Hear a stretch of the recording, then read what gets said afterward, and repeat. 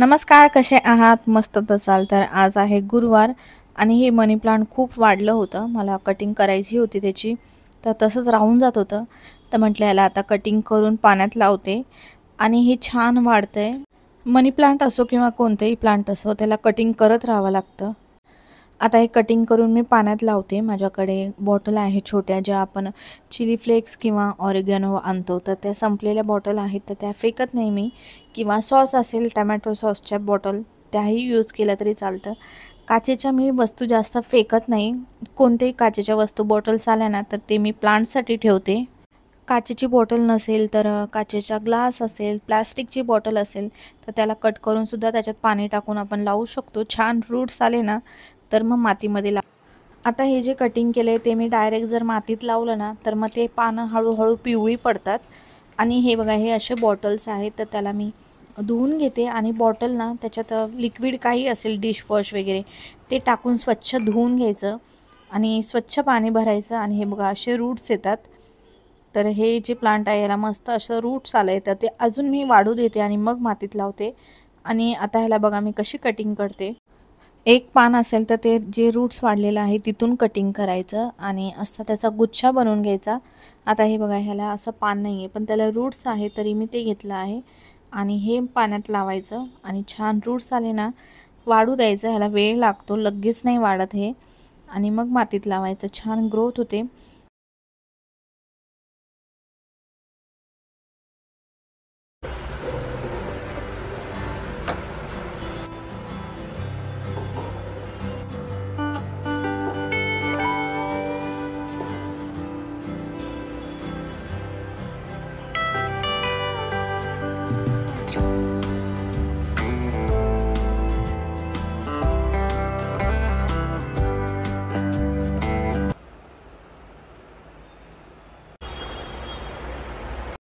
उद्या आहे सॅटर्डे आणि मागच्या फ्रायडेला चिकूला सुट्टी होती स्कूलला, तर त्याने या सॅटर्डेला मग स्कूल ठेवली आहे. सॅटर्डेला स्कूल ठेवलं तर एवढा कंटाळा येतो आहे आम्हाला. फ्रायडे सॅटर्डे 2 दिवस स्कूलला सुट्टी असली ना, तर बरं वाटतं, म्हणजे मंडेपासून परत रुटीन चालू होतं. पण आता ठेवलं आहे त्याने सॅटर्डे.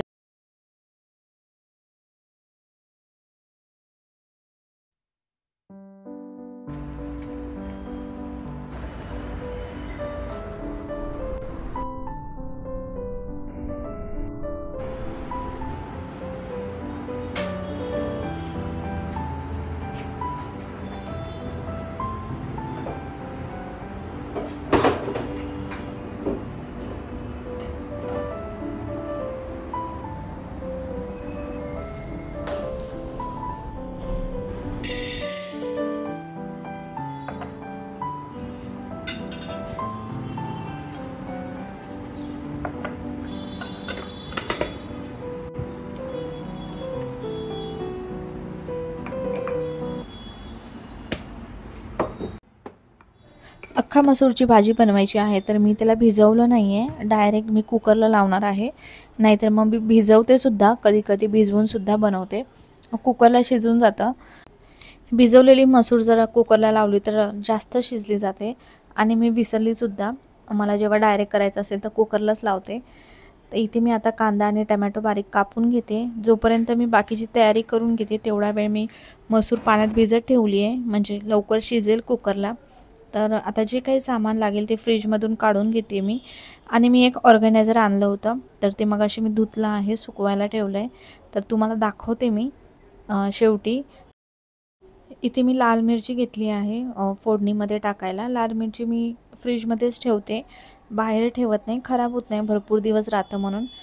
आणि मला एक कमेंटसुद्धा आलेली की बदाम फ्रीजमध्ये नको ठेवू म्हणून, ड्रायफ्रूट्स. दिवाळीला खूप बदाम, काजू बदाम आले ना, तर ते बाहेर ठेवले तर मग लवकर खराब होतात, त्यासाठी मी फ्रीजमध्ये ठेवते. जसे लागेल ते मी काढून घेते बाहेर. तर कुकरमध्ये तेल टाकलं आहे मी, थोडंसं जिरं टाकलं आहे आणि आता लाल मिरचीची फोडणी देते.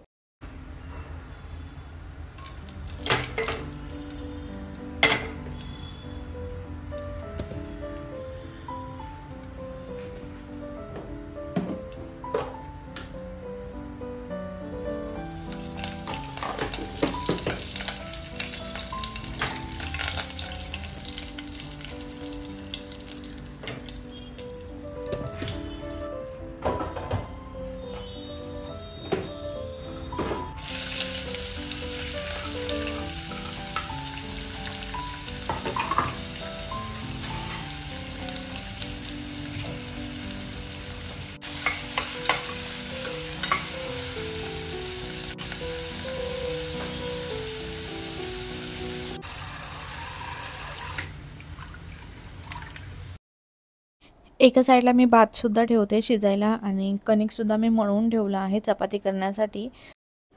मला 2 कमेंट्स आलेले की कॅमेरासमोर असं फ्रंट कॅमेराने बोलत जा आणि मग काही काम करत असेल तर दाखवत जा, की मी आता हे करते किंवा आज दिवसभर असं झालं, हे झालं, ते झालं.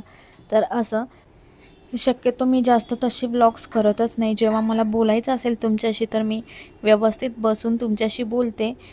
जेव्हा मी असं किचनमध्ये कुकिंग करत असेल किंवा क्लिनिंग वगैरे असेल ना, मला असं बोलत बोलत कॅमेऱ्यासमोर कामं करायला जमत नाही. आणि जेव्हा मी काही बनवत असेल तर ती जी काही रेसिपी असेल किंवा काही सामान वगैरे मी घेत असेल तर ते तुम्हाला व्यवस्थित दिसावं.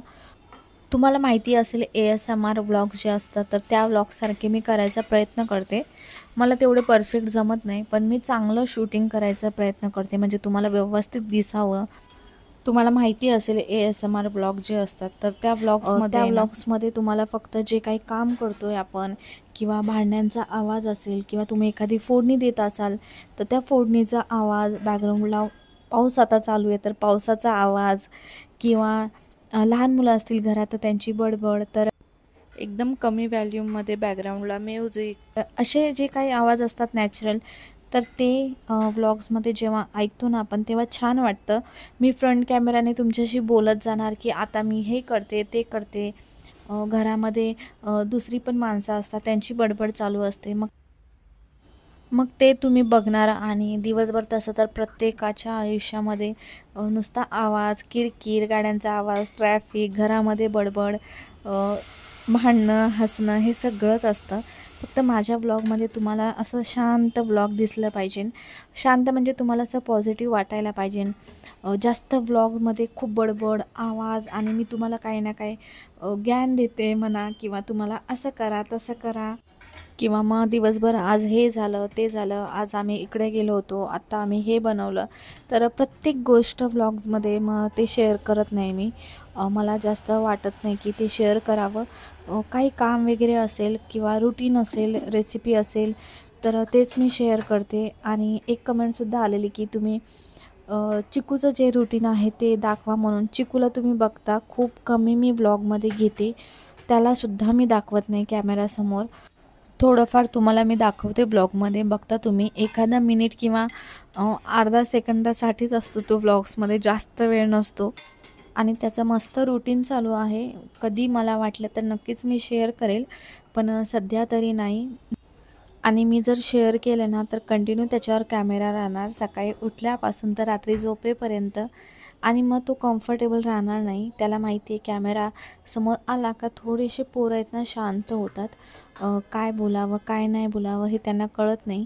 नॉर्मली तुम्ही बघा अशी पोरं एकदम ॲक्टिव्ह असतात, पण कॅमेरासमोर आले ना थोडेसे चलबिचल होतात. आणि मी जर बोलली त्याला आपण तुझं रुटीन दाखवूया म्हणून तर तो हो तर बोलेल, पण ते सगळं आहे ना नाटक केल्यासारखं होईल. आणि मला त्याला व्लॉगमध्ये वगैरे जास्त काही घ्यायचं नाही आहे. त्याला असं त्याने छान त्याचं जे रुटीन आहे ते त्याने चालू ठेवावं. माझ्यासाठी त्याने कॅमेऱ्यात येऊन ये मला मिठी मार किंवा आपण असं खेळूया, हे करूया, ते करूया, असं ना सगळं फेक दिसणार ते तुम्हाला. आणि लहान मुलांना का घ्यायचं आपल्या कामामध्ये म्हणून मी घेत नाही. आणि जेवढं होईल तेवढं मी तुम्हाला चांगले चांगले व्लॉग्स शेअर करेल.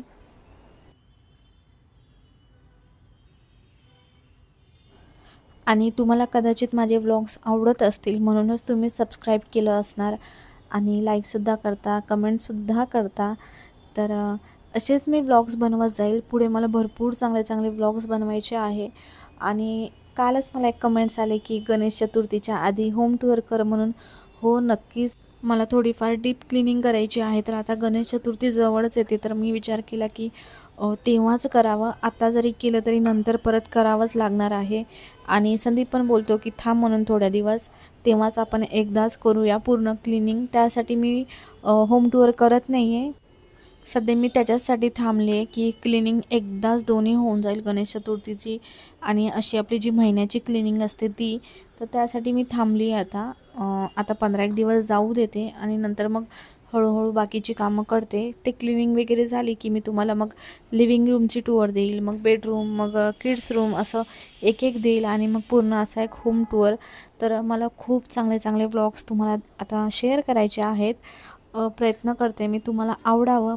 व्लॉग्स करायचे म्हणून उगाच काहीही करून मी टाकत नाही. मी कमी व्लॉग्स टाकते तरीही एवढे चांगले माझे सबस्क्रायबर झालेत आणि मला खूप छान वाटलं की लोकांना आपले व्लॉग्स आवडतात ते. तुमच्या सगळ्यांचं खूप खूप धन्यवाद की तुम्ही 5,000 सबस्क्रायबर आपले झालेत. बोलता बोलता मला तुम्हाला हे सांगायचं राहिलं की आज आहे ना मी या डब्यामध्ये चपात्या ठेवते. खाली मी सफेद रुमाल ठेवला आहे, नवीन आहे तो. तो फक्त मी किचनमध्ये वापरते म्हणजे चपातीसाठी वापरते आणि किचनमध्येच वॉश करते. तर चपात्या थंड झाल्यानंतर मी ह्याच्यामध्ये ठेवल्यात. मस्त वाटतंय आणि आता याच्यातून घेऊन खायचं. तर कसा वाटला डब्बा मला नक्की सांगा. व्लॉग टाकायचंच आहे म्हणून मी काहीही व्लॉग टाकत नाही. तरी मी कमी व्लॉग्स टाकते. पण आता मी विचार करते की जे मिनी व्लॉग्स असतात तर रोज एक तरी मी अपलोड करावं म्हणून. तर बघू, मी प्रयत्न करते रोज एक टाकावं म्हणून. तर हे बघा इथे आपला स्वयंपाकसुद्धा झाला आहे. मसूरची भाजी, काकडी, भात आणि चपाती. आता आम्ही जेवतो आणि जेवण झाल्यानंतर सगळं किचन वगैरे मी क्लीन केलं आणि चिकूला दही पाहिजे होतं तर दही मी सेट करायला फ्रीजमध्ये ठेवलं होतं. तर गाईच्या दुधाचं मी दही लावते कधी पण. तर इथे मी गाईचं 1 लिटर दूध घेतलं होतं आणि त्याचं दही लावलं होतं. दही कसं जमवते हे मला तुम्हाला दाखवायचं होतं पण मी विसरली शूट करायचं. तर हे बघा इथे दही असं मस्त घट्ट लागलं आहे आणि गाईच्या दुधाचं आहे हे. जे म्हशीचं दूध असतं तर त्याचं अजून छान लागतं दही. तर आता या दुधाचं पण छान लागतं. तर हे बघा चिकूला देते मी खायला. त्याला दही आणि साखर खायची आहे. आणि तुम्हाला मी सांगितलं होतं मी एक ऑर्गनायझर मागवला आहे फ्रीजसाठी, तर तेही तुम्हाला मी दाखवते. तर डबे वगैरे सुकलेत आणि आता त्याच्यात मी सामान लावते. तर म्हटलं तुम्हाला दाखवावं आणि खूप मस्त गोष्ट आहे, तुम्हाला थंबनेलवरून कळालीच असणार आहे. तर हे बघा हे मी फ्रीजसाठी ऑर्गनायझर मागवलेलं. तर हा डब्बा आहे प्लॅस्टिकचा. तर त्याची क्वालिटी प्राईसच्या हिशोबाने ठीक आहे, तेवढी वाईट नाही आहे आणि प्लॅस्टिक पण ठीकच आहे साधारण. हे डब्बेसुद्धा एकदम सॉफ्ट आहेत. फ्रीजमध्ये ठेवतो तेव्हा डब्यामध्ये पाणी जमा नको व्हायला म्हणून त्याला असे बारीक होल्ससुद्धा आहेत. तर हे बघा हे असे 6 डब्बे आहेत आणि हे 8 दिवस झाले आलं आहे पार्सल आणि मी वापरते. आज त्याच्यातलं सगळं सामान संपलं होतं तर मी धुवून ठेवलं.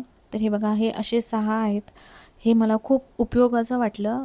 जास्त काही महाग नाही आहे. जर तुम्हाला घ्यायचं असेल तर त्याची लिंक देते मी तुम्हाला डिस्क्रिप्शन बॉक्समध्ये, तर तुम्ही तिथून घेऊ शकता. आणि आता याच्यात मी सामान ठेवते कारण सकाळी डब्बा पण आहे त्यासाठी. तर जे जे सामान आपल्याला रोज लागतं ते सामान मी ह्याच्यात ठेवते. तुम्ही फ्रूट्ससुद्धा कट करून ठेवू शकता.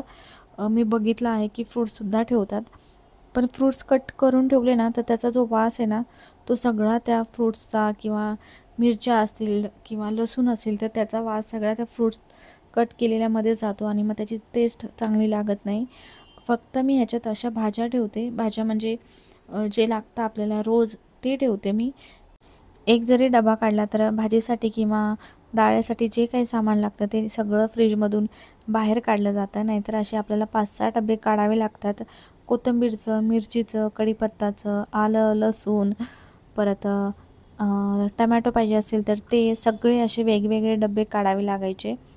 तर त्यासाठीच मी हे मागवलेलं. तर ह्याच्यात थोडं थोडं काढून ठेवायचं, 3-4 दिवस जाईल तेवढंच. आणि जेव्हा आपण परत एकदा सामान त्याच्यात रिफिल करू तेव्हा ते सगळे धुवून घ्यायचे. तर ह्याच्यात कांदा वगैरे बारीक कापून टाकू नका. कांदा अर्धा जरी कापला असेल तर त्याच्यासाठी एक वेगळा डब्बा ठेवा. माझ्याकडे एक छोटीशी स्टीलची डब्बी आहे तर त्याच्यात ठेवते मी कांदा जरी अर्धा राहिला चुकून तर. तर हे बघा ह्याच्यात मी असं सगळं सामान ठेवते आणि तुम्हाला दाखवते कसं दिसतं. हे खूप उपयोगी वाटली मला ही वस्तू म्हणून मी तुम्हाला दाखवते. आणि हे फ्रीजमधले सगळे डबे मी आयक्यामधून घेतलेत. तर तेही मला विचारलं जातं कुठून घेतलं आहे, तर आयक्यातून घेतलं आहे. तुम्ही ऑनलाईनसुद्धा तुम्हाला ॲमेझॉनवरूनसुद्धा मिळून जाईल आयक्याचे काही प्रोडक्ट्स असतील ते. असं मी सगळं ठेवलं आहे आणि आता एक जे आहे ते रिकामं राहिलं तर मी त्याच्यात काय ठेवू विचार करत होती. तर माझ्याकडे थोडंसं आलं होतं तर तेच ठेवलं आहे मी. तुम्ही लिंबूसुद्धा ठेवू शकता. मला सध्या ते पटलं नाही. इकडे तिकडे सामान ते दिसत होतं तर त्यासाठी मग मी हे परत असे डबे चेंज केले. तर हे बघा हे असं मस्त सामान भरलं आहे ह्याच्यात आणि दिसायला पण बघा किती छान दिसतं आहे. तुम्ही घ्या, खूप उपयोगाची वस्तू आहे. पाणी जमा होत नाही, त्याला असे बारीक लाईन असल्यामुळे तिथून पाणी सगळं त्या डब्यात सांडतं. जरी सांडलं तरी तुम्ही ह्याच्यात भाज्यासुद्धा ठेवू शकता. गवार असेल, शेवगा असेल किंवा गाजर असतील बारीक चिरलेले, तेही ठेवू शकता. तर आधी हे बघा मी एवढे डबे काढायची आणि आता एका डब्यामध्ये सगळं काम झालं माझं. तर कसा वाटला ब्लॉग मला नक्की सांगा.